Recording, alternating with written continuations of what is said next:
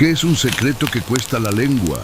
En 1910, en la espesa selva negra, la niebla era tan densa que parecía engullir el pueblito de Rothenburg, un lugar donde el tiempo se había detenido y las leyendas susurraban en las sombras. Bajo la humedad cortante de la mañana, el sonido de picos golpeando la tierra resonaba en un cementerio olvidado, rompiendo el silencio que parecía ser la única regla.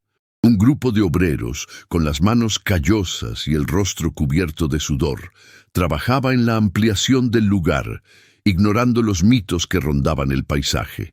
De repente, la herramienta de uno de ellos encontró resistencia, un sonido sordo y hueco que no era de piedra ni de raíz. Era el sonido de una tumba sin identificación, que parecía guardar una verdad enterrada hace mucho.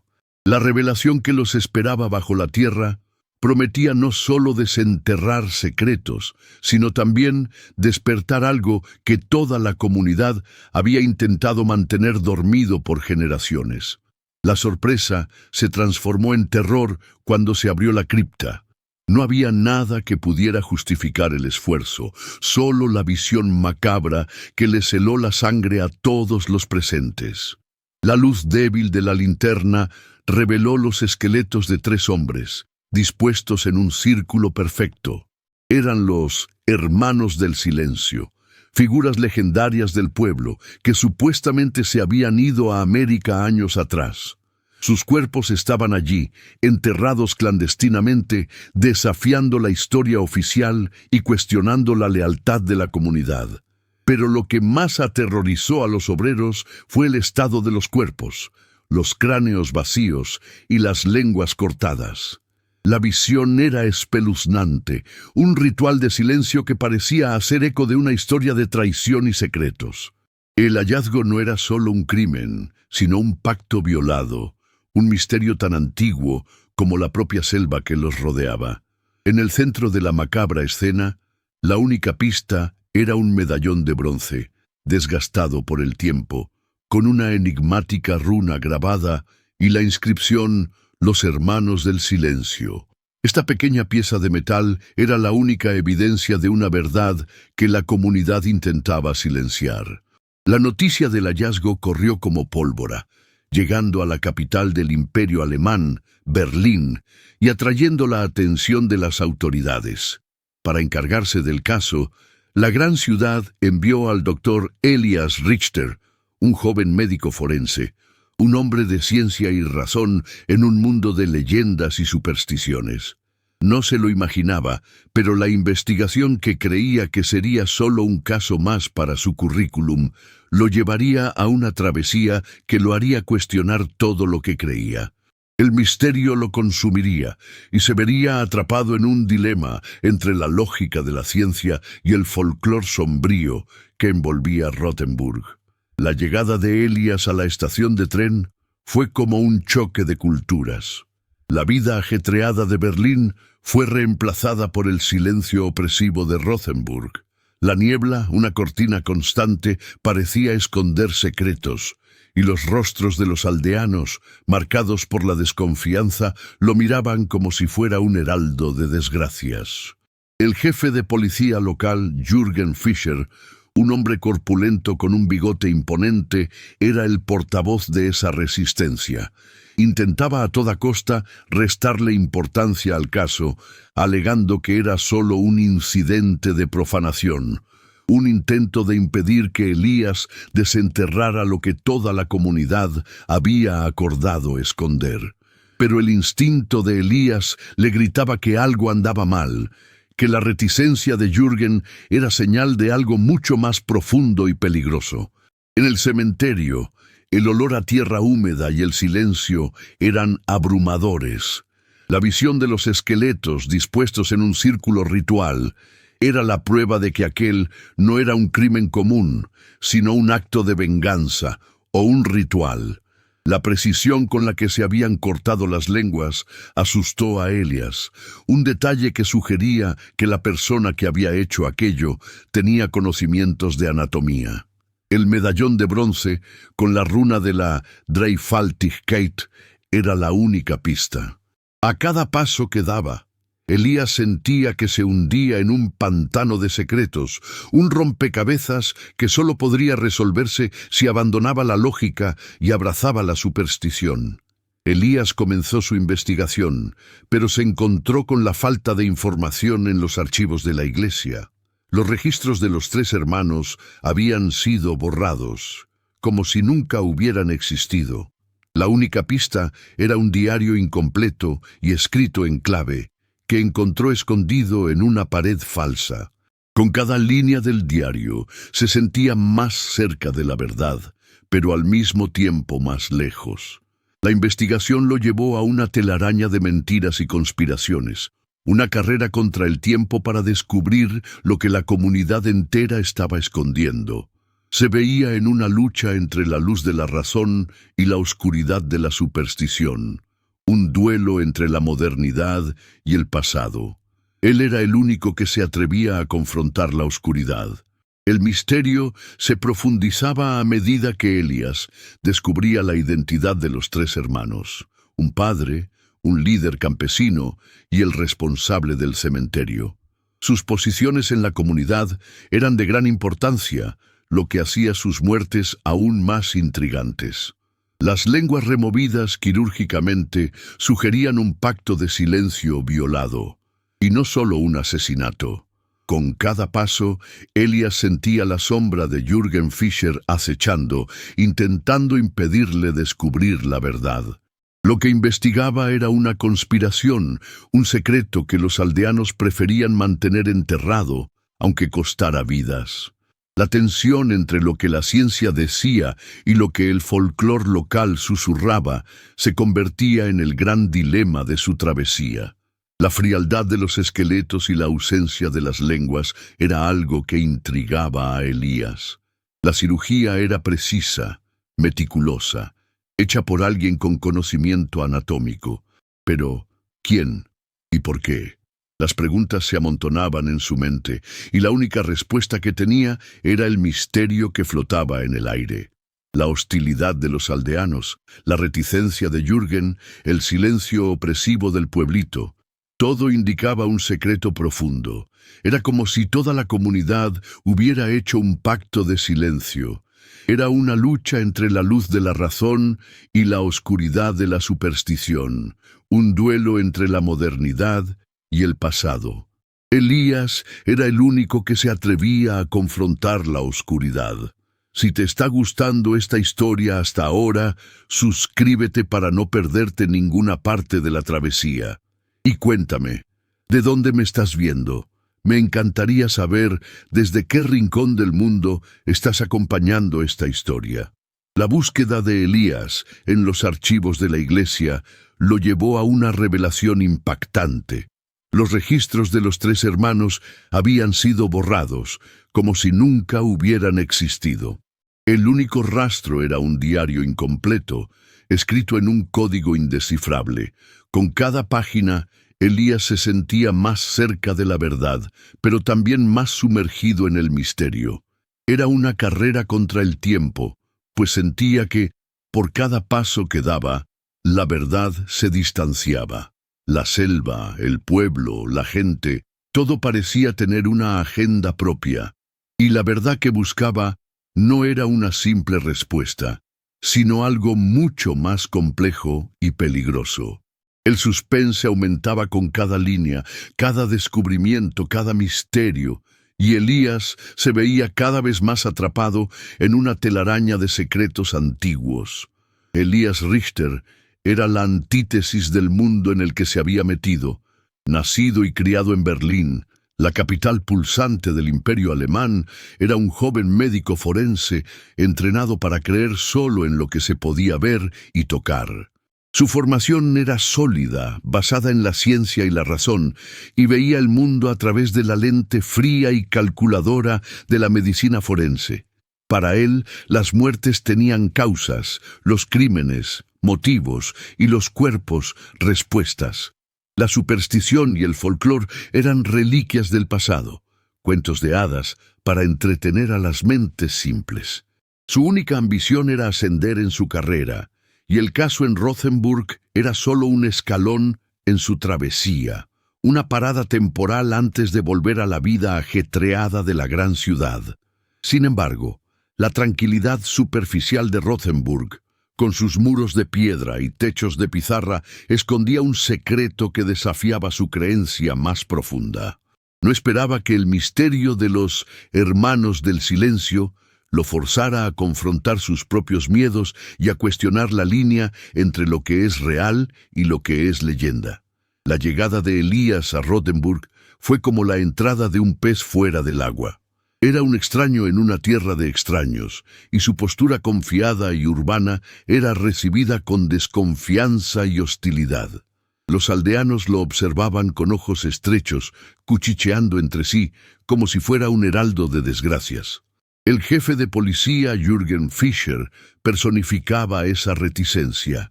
Jürgen, con su porte autoritario y su bigote espeso, representaba la tradición y el orden del pueblito. Para él, el caso no era un crimen, sino una profanación, y la presencia de Elías, con sus herramientas modernas y su mente escéptica, era una amenaza al statu quo. Intentó, a toda costa, disuadir a Elías de continuar la investigación, alegando que la solución del caso traería más problemas que beneficios. La tensión entre ambos era un duelo entre la razón y la tradición. El conflicto interno de Elías se profundizaba a medida que la investigación avanzaba. Al principio, era un desafío profesional, una oportunidad de probar sus habilidades. Pero la crueldad del crimen y la ausencia de una explicación racional lo atormentaron. ¿Por qué se cortaron las lenguas? ¿Quién tendría el conocimiento y la precisión para realizar un acto tan brutal? Cada nuevo descubrimiento lo impulsaba a ir más lejos, pero también lo forzaba a confrontar sus propios límites. Estaba acostumbrado a tratar con hechos, pero el caso de los Hermanos del Silencio estaba rodeado de leyendas y supersticiones. Se veía dividido entre la lógica fría de la ciencia y el folclor sombrío del pueblito. La racionalidad de Elías era su escudo, pero a cada paso sentía que ese escudo se agrietaba. No estaba solo resolviendo un caso, estaba luchando para mantener su propia cordura. El ambiente de Rothenburg, con su niebla constante y sus edificios de madera envejecida, parecía un personaje aparte. La ciudad era una cápsula del tiempo, intacta por los cambios del Imperio alemán. Las calles estrechas y sinuosas parecían laberintos, y el sonido amortiguado de las campanas de la iglesia creaba una atmósfera de aislamiento. El olor a tierra húmeda y madera quemada flotaba en el aire, y el sonido del viento aullando en la selva era un recordatorio constante de que la naturaleza, y no la humanidad, era la verdadera dueña de aquel lugar. La selva, Stillwald, la selva silenciosa, era un ser vivo, una entidad que parecía observar cada movimiento de Elías. La niebla, que era casi una presencia física, ocultaba peligros y secretos, y Elías sentía que, a cada paso, se hundía más en un mundo de misterios. La soledad de Elías era un elemento central en su travesía. Estaba solo, sin aliados, en una comunidad que lo veía como un intruso. Su única compañía era la misteriosa anciana María Weiss, una figura enigmática que parecía conocer los secretos de la selva y del cementerio. María no era una aliada fácil. Sus palabras eran enigmáticas, llenas de metáforas y referencias a leyendas antiguas. Sus ojos, que parecían haber visto siglos de secretos, contenían una tristeza profunda. Lo alertaba sobre los peligros de su investigación, no de forma directa, sino con acertijos. Era la guardiana del folclor, la última de un linaje, y sentía la responsabilidad de proteger el secreto. Elías sabía que, para desentrañar el rompecabezas, necesitaría su ayuda, pero no podía confiar en sus palabras. Al fin y al cabo, la razón no se alía con la superstición. La batalla entre Elías y Jürgen Fischer se volvía más tensa cada día. Jürgen, con su presencia imponente y su autoridad local, representaba la oposición. Era el guardián del secreto del pueblo y, para él, el orden y la tradición eran más importantes que la verdad. Intentaba, de todas las formas, sabotear la investigación de Elías, sembrando dudas y esparciendo rumores. Con cada descubrimiento de Elías, Jürgen parecía más decidido a callarlo. Su oposición era un recordatorio constante de que la verdad en Rothenburg era un bien peligroso e indeseado. Elías sentía que estaba en una carrera contra el tiempo, no solo para desentrañar el misterio, sino para sobrevivir a la hostilidad de la comunidad y a la oposición de Jürgen. Los tres hermanos, el padre, el líder campesino y el responsable del cementerio, eran las piezas centrales del rompecabezas. Eran figuras de gran importancia en la comunidad, y sus muertes, en un ritual tan macabro, parecían sugerir que habían violado un pacto sagrado. El medallón de bronce, con la runa de la Dreifaltig Gate, era la única pista. La búsqueda de respuestas de Elias lo llevó a registros borrados, a un diario codificado y a leyendas sobre un pacto con la selva. Cada nueva información era un fragmento de un rompecabezas más grande, un rompecabezas que involucraba a toda la comunidad.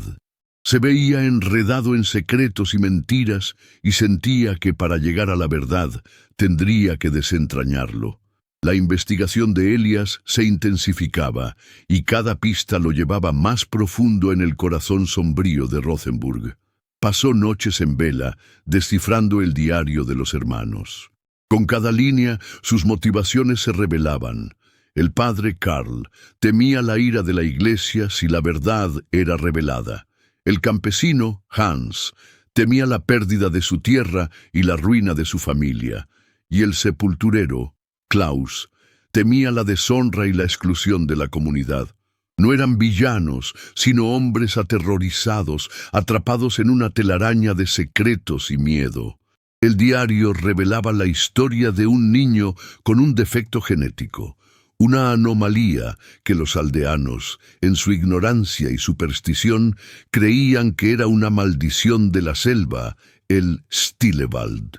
Los hermanos, para proteger el pueblito, silenciaron a los padres del niño y lo llevaron a la selva, sellando un pacto de silencio. Elías sentía el peso de la historia de los hermanos en sus manos, y la presión de Jürgen Fischer se volvía más intensa. El jefe de policía intentaba, de todas las formas, callar a Elías, sembrando rumores de que el médico estaba perdiendo la razón, que la niebla y el folclor del pueblo lo habían enloquecido. La oposición de Jürgen era un recordatorio constante de que la verdad en Rothenburg era un bien peligroso e indeseado. Con cada paso que Elías daba, sentía la sombra de Jürgen acechando, un duelo entre la razón y la tradición. El silencio de la comunidad, la hostilidad de los aldeanos, la frialdad del aire, todo parecía ser parte de una conspiración mayor, una trama para mantener la verdad enterrada. La única aliada de Elías era la anciana María Weiss, pero ella seguía hablando en acertijos. La selva se acuerda de lo que el tiempo olvida, dijo ella, sus ojos llenos de tristeza. Los hermanos rompieron el pacto, y la deuda fue cobrada. Elías intentó hacerla hablar con claridad, pero María se cerraba, como una ostra protegiendo su perla. Lo guió a la selva negra, la Stillewald, y lo alertó sobre los peligros que lo esperaban. La selva era un laberinto de árboles antiguos y musgo, un lugar donde la luz apenas penetraba y el sonido era ahogado. Era un lugar de leyendas, y Elías sintió que para encontrar la verdad tendría que enfrentar la oscuridad que la rodeaba. La búsqueda de Elías lo llevó a una parte aislada de la selva, donde la niebla era tan espesa que apenas podía ver a 1 metro de distancia. Encontró una cabaña abandonada, un relicario de una vida que había sido olvidada. Dentro de la cabaña, encontró un diario, diferente al de los hermanos, escrito con una caligrafía infantil. Era el diario del niño que había sido abandonado en la selva. Con cada página, Elías descubrió la historia de una vida de soledad, una vida en la que la selva era su única compañía, su única protectora. El niño había crecido y la selva, en su infinita sabiduría, lo había acogido. La maldición que los aldeanos tanto temían era en realidad un don. La revelación fue un golpe en el estómago para Elías. El niño, ahora una mujer, no era una fuerza del mal, sino una víctima. Los hermanos habían violado el pacto de silencio, no para proteger a la comunidad, sino para protegerse a sí mismos. Mintieron, escondieron la verdad, y la selva había cobrado la deuda. La selva no era una entidad maligna, sino una protectora. La mujer, que vivía en silencio en la selva, no era una asesina, sino una protectora. Elías sintió el peso de la culpa de una comunidad que se había escondido detrás del miedo y la superstición para justificar sus actos. Elías se enfrentó a un dilema. Podía exponer la verdad a la comunidad, revelar que la maldición era una mentira y que la culpa era de todos. Pero sabía que la verdad en Rothenburg era un bien peligroso. La comunidad no estaba preparada para la verdad, y la revelación podría desatar un caos, una venganza. Se veía a sí mismo en una encrucijada entre la justicia y la protección, entre lo que era correcto y lo que era seguro. Sintió el peso de la responsabilidad, el peso de ser el único que sabía la verdad, y el peso de tener que tomar una decisión que cambiaría el destino de todos. La travesía de Elías en la selva era una metáfora para su travesía interior. Con cada paso, confrontaba sus propios miedos, su propia arrogancia. Él, el hombre de la ciencia, el escéptico, se estaba acercando a una verdad que desafiaba la lógica. Sintió que la selva, con su niebla y su silencio, era más que un lugar, era una entidad, un ser vivo que observaba y juzgaba. Sintió su presencia, su fuerza, y sabía que, para llegar a la verdad, tendría que rendirse a ella. Se estaba volviendo parte del misterio, un eslabón entre el mundo de la razón y el mundo de la superstición. La travesía de Elías en la selva era una carrera contra el tiempo. Jürgen Fischer, con su autoridad y su influencia, se estaba acercando, y Elías sabía que para llegar a la verdad tendría que ser más rápido. Sintió el peligro, la amenaza, y sabía que estaba solo. Lo único que lo mantenía era su obsesión, su necesidad de desentrañar el misterio. Con cada paso sentía que se acercaba al abismo, el abismo de la verdad, y no sabía si sería capaz de regresar. La búsqueda de Elías lo llevó a un claro, un lugar de paz en medio de la oscuridad de la selva. Vio una figura, una mujer de cabello largo, parada en medio del claro, con un ciervo a su lado. Era el niño que había sido abandonado, ahora una mujer adulta, una criatura de la selva. No tenía miedo. Sus ojos estaban llenos de sabiduría. Era la personificación de la selva, su voz, su fuerza. No era una asesina, sino una protectora. Había matado a los hermanos, pero no por maldad, sino para protegerse. Había cobrado la deuda del silencio y de la traición. Elías sintió un shock. Él, el hombre de la ciencia, estaba frente a algo que desafiaba la lógica. Se preguntó si lo que estaba viendo era real o si se había vuelto loco. Pero la frialdad del aire, el olor a tierra húmeda, el silencio de la mujer, todo era real. Sintió su fuerza, su energía, y sabía que estaba frente a la verdad. La verdad era que la leyenda era real y que la selva era más que un lugar. Era una entidad viva que observaba, juzgaba y cobraba. La revelación fue un golpe en el estómago para Elías. La maldición que los aldeanos tanto temían era, en realidad, su propia culpa. Se habían escondido detrás del miedo y la superstición para justificar su acto. La mujer no era una asesina, sino una víctima. Los hermanos habían sido asesinados no por un ser sobrenatural, sino por una fuerza de la naturaleza, una fuerza que habían traicionado. Elías sintió el peso de la culpa de una comunidad que se había escondido detrás de la mentira. Elías se sintió en una encrucijada entre la justicia y la protección. Podía exponer la verdad a la comunidad, revelar que la maldición era una mentira y que la culpa era de todos. Pero sabía que la verdad en Rothenburg era un bien peligroso. La comunidad no estaba preparada para la verdad y la revelación podría desatar un caos, una venganza. Se veía a sí mismo en una encrucijada entre la justicia y la protección, entre lo que era correcto y lo que era seguro. Sintió el peso de la responsabilidad, el peso de ser el único que sabía la verdad y el peso de tener que tomar una decisión que cambiaría el destino de todos. La travesía de Elías en la selva era una metáfora para su travesía interior. Con cada paso confrontaba sus propios miedos, su propia arrogancia. Él, el hombre de la ciencia, el escéptico, se estaba acercando a una verdad que desafiaba la lógica. Sintió que la selva, con su niebla y su silencio, era más que un lugar, era una entidad, un ser vivo que observaba y juzgaba. Sintió su presencia, su fuerza, y sabía que, para llegar a la verdad, tendría que rendirse a ella. Se estaba volviendo parte del misterio, un eslabón entre el mundo de la razón y el mundo de la superstición. Elías se dio cuenta de que la mujer de la selva no era el enemigo, sino el reflejo del miedo humano. La comunidad había creado un monstruo para justificar sus propias fallas y crueldad. Su miedo a lo desconocido, a la anomalía, los llevó a abandonar a un niño indefenso. La mujer, a su vez, fue moldeada por la naturaleza y la soledad, volviéndose una con la selva. Su maldición no era innata, sino una reacción a la traición de los hermanos y, por extensión, de toda la aldea.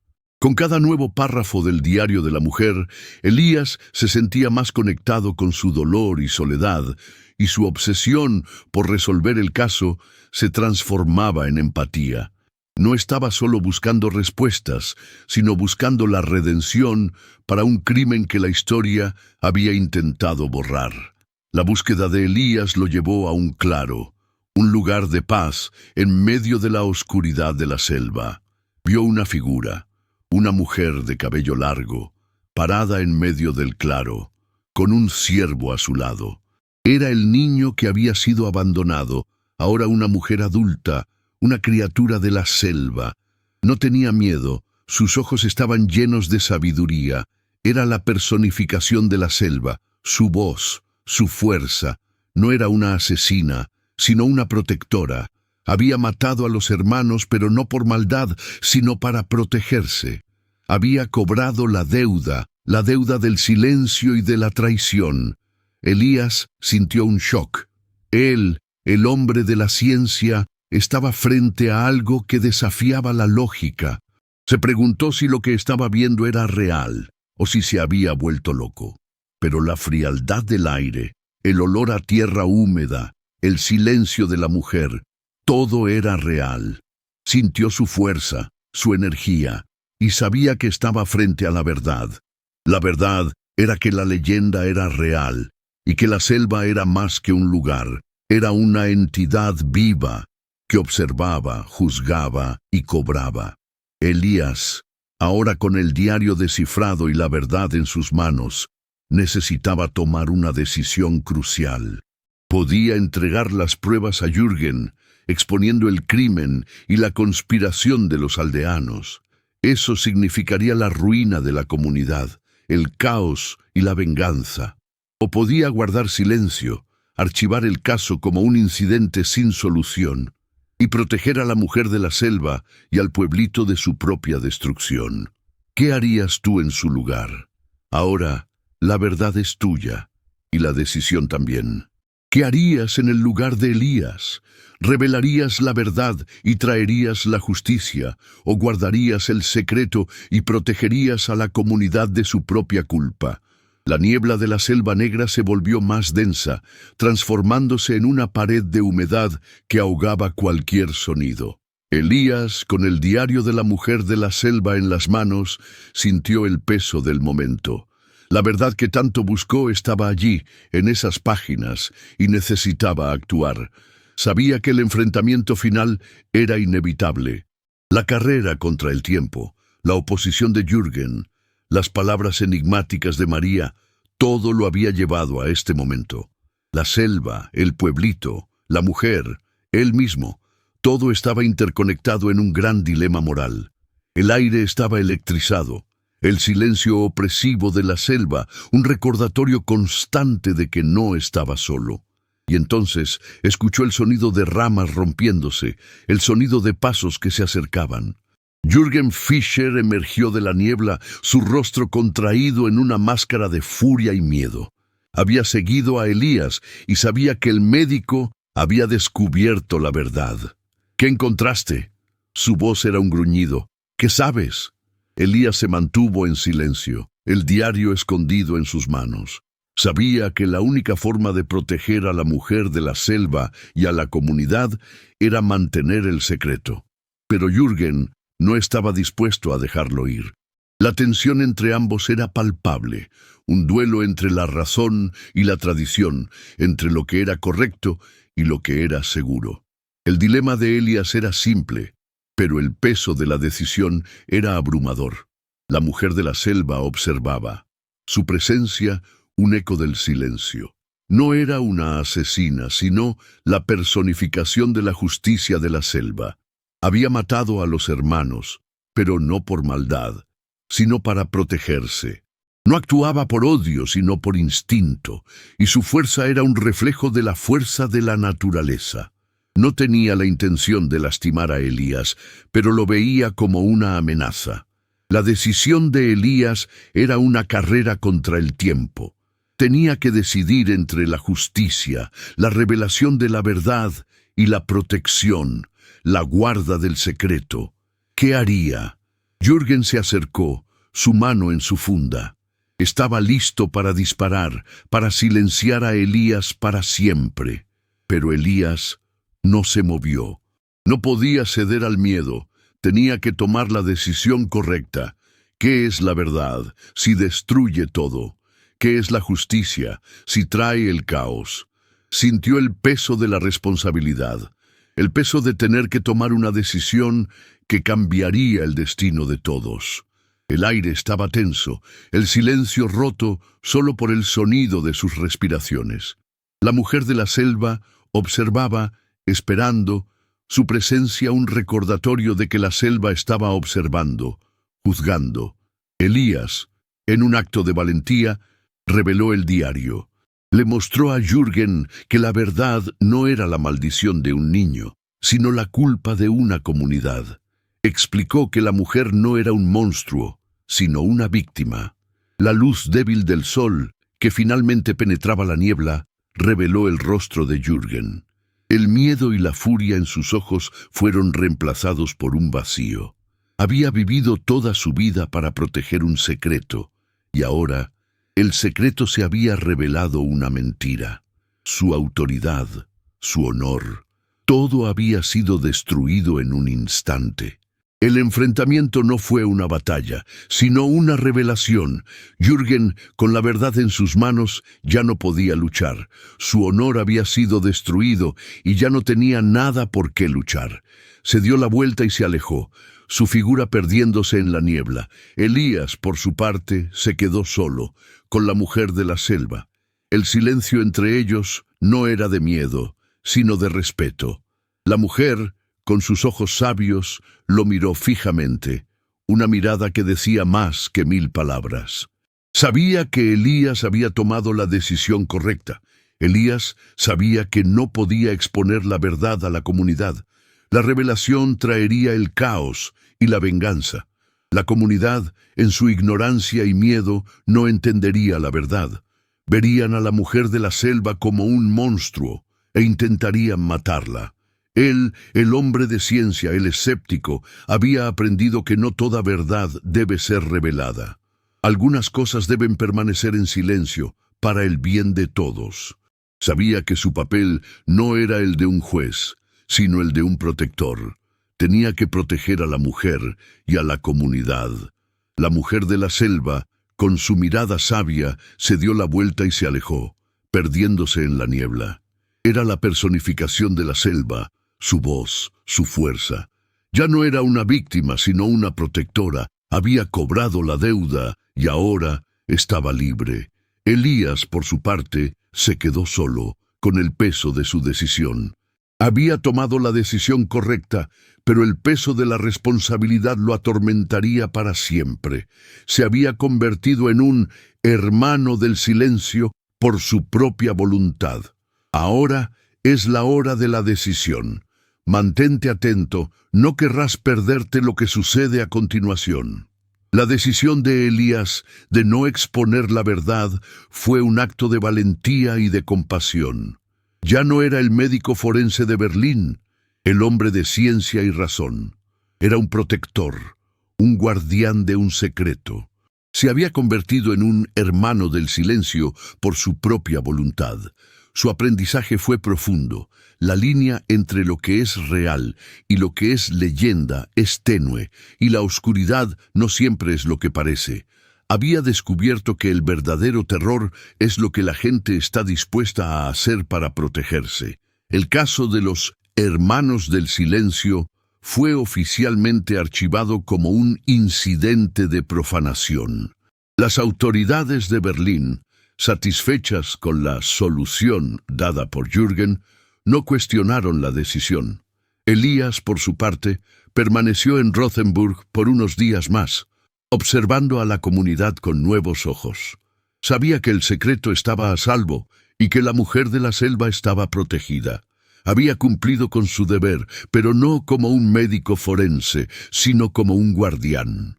La verdad permaneció enterrada, un secreto que toda la comunidad había acordado guardar, y que ahora Elías también guardaba. Antes de irse, Elías se encontró con la anciana María Weiss. «La selva tiene oídos, pero su voz fue silenciada», dijo ella, sus ojos llenos de tristeza. «Tomaste la decisión correcta, Elías. El silencio es nuestra protección». Elías no dijo nada, pero sabía que María tenía razón. El silencio era la única forma de proteger a la comunidad de su propia culpa. Se había convertido en un hermano del silencio por su propia voluntad, y su travesía lo había transformado. Ya no era el hombre de ciencia, sino un hombre que había aprendido que algunas cosas no pueden ser explicadas por la razón. Elías nunca volvió a ser el mismo. Se convirtió en un médico forense de renombre, pero su éxito no lo satisfacía. Había aprendido que el verdadero éxito no era el reconocimiento profesional, sino la paz interior. Había visto la oscuridad y el silencio, y sabía que su única redención era su memoria. Se había convertido en un hermano del silencio por su propia voluntad, y su travesía lo había transformado. El final de Elías no fue feliz, pero fue satisfactorio. Había encontrado la verdad y su travesía lo había transformado. Había aprendido que la línea entre lo que es real y lo que es leyenda es tenue, y que el verdadero terror es lo que la gente está dispuesta a hacer para protegerse. Su historia es un recordatorio de que algunas cosas no pueden ser explicadas por la razón, y que la verdadera valentía no es la ausencia de miedo, sino la capacidad de actuar a pesar de él. Si te conectaste con esta historia, suscríbete al canal y comparte tu experiencia en los comentarios de abajo. Si quieres apoyar, deja un café de carretera para que sigamos contando más historias.